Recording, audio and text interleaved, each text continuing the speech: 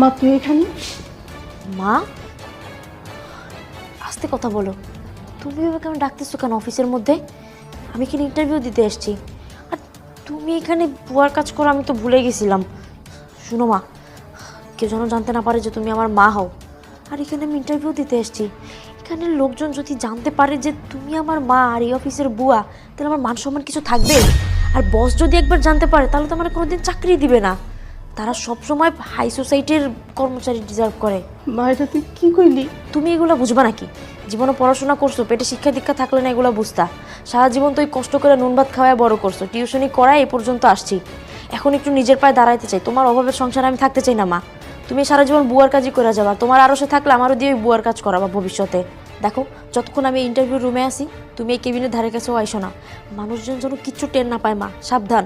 আর এই যে আমার নাম ধরে ডাক দিছো, তুই তাহারি করে বলতেছো, এগুলো একটু বন্ধ করো। যদি চাকরিটা হয়ে যায় তাহলে তো আমি একটা ভালো একটা পজিশন পাবো। যাই হোক, তোমাকে যেটা বলছি এটা মাথায় রেখো। আমাকে নাম ধরে আর ডাইকো না।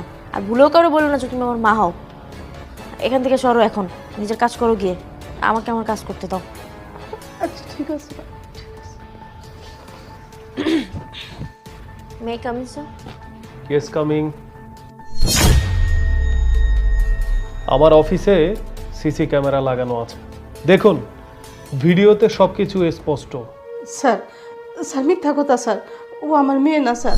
আমার না খালা আপনি চুপ করুন। আপনাকে আমি 17 বছর ধরে চিনি।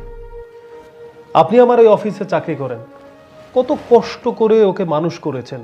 আপনার কথাই তো আমি ওকে ইন্টারভিউ দেওয়ার এখানে সুযোগ করে দিয়েছি। বন্যা, আপনাকে বলতে চাই, আপনার মা অনেক কঠোর পরিশ্রম করে আপনাকে মানুষ করেছে। ভরণ পোষণ যখন যা চেয়েছেন তাই দিয়েছে। আমার এই জায়গায় বুয়ার কাজ করে, আর আপনি তাকে অপমান করছেন, তার পেশাকে অপমান করছেন, তাকে পরিচয় দিতে চাচ্ছেন না। আপনিই বলুন, আপনার মতো কুসন্তানকে আমি কিভাবে চাকরি দিই? I am sorry sir. মা, মা, মা, তুমি আমার মাফ করে দাও মা। আমার ভুল হয়ে গেছে মা, তুমি আমার ক্ষমা করে দাও মা। না মা, উঠ মা। তুই তো ছোট মানুষ, আমার পেটের মাইয়া, তুই তুই বড় করতেই পারিস। আমি কোনো কিছু মনে করি নাই মা। স্যার, স্যার আপনার কাছে আমার একটা অনুরোধ স্যার। স্যার আমার মায়েরা চাকরি নষ্ট করবেন না স্যার। আমার মায়ের চাকরিটা দেন, আমার অনেক দিনের স্বপ্ন স্যার। আপনি যেমনি যে বড় চেয়ারে বসে চাকরি করেন, এই যে টেবিল সামনে, আমার ওরকম আশা আমার মেয়ের একটা বড় চেয়ারে বসে চাকরি করব। স্যার, স্যার আমার মায়ের চাকরি দেন আপনি। দেখুন বন্যা, এখনো আপনার মা আপনার জন্য আমাকে রিকোয়েস্ট করছে, এটাকেই মা বলা হয়। আপনি আসলে আমাদের জবটার